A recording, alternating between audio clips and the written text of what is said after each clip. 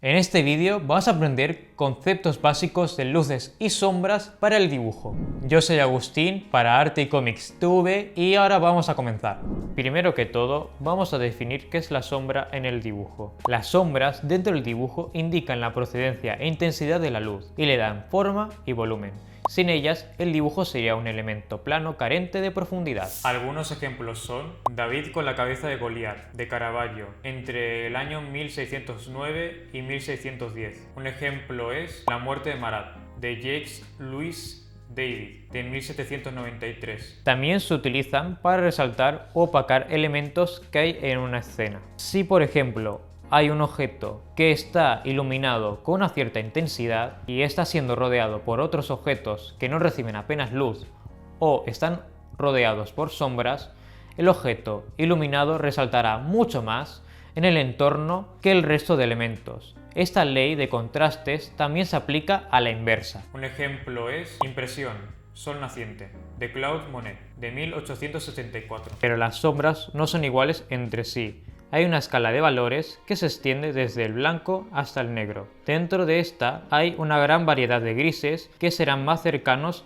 a los extremos, según su posición dentro de la escala. Para simplificar, vamos a realizar una tabla de 5 valores. En los extremos, que serían los números 1 y 5, pondremos al blanco y al negro. En el centro, que equivaldría al número 3, pondremos un gris que no esté muy cerca del negro o del blanco, sino que tenga un valor medio. Por último, en los recuadros que quedan pondremos grises cercanos al negro y al blanco. De todos modos, no estamos obligados a utilizar una tabla de 5 valores. Podremos ir ampliando o reduciendo su extensión, pero siempre ha de servirnos como una guía para poder identificar el valor e intensidad de las sombras y luces que aplicamos en nuestras obras. Antes de continuar, ¿te gustaría aprender a dibujar y a pintar mejor de la mano de diferentes profesores? Te invitamos a la Asociación Cultural Arte y Cómics. Nuestro principal objetivo es promocionar los beneficios de la educación artística en el desarrollo integral de niños y jóvenes, ofrecer un espacio de expresión, mejora de la creatividad, atención a la diversidad, educación de valores. Tienes más información en el enlace de abajo en la descripción y en el comentario fijado. Las sombras dependen de las luces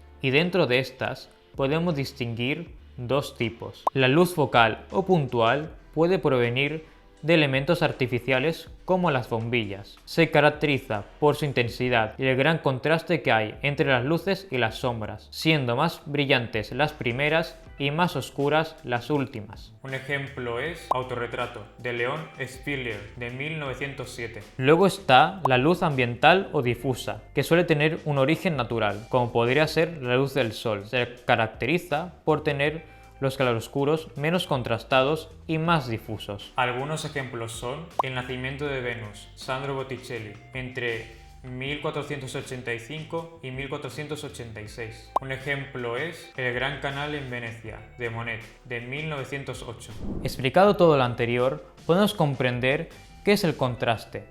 Este efecto se produce cuando hay una diferencia notable entre las luces y las sombras de un elemento en concreto.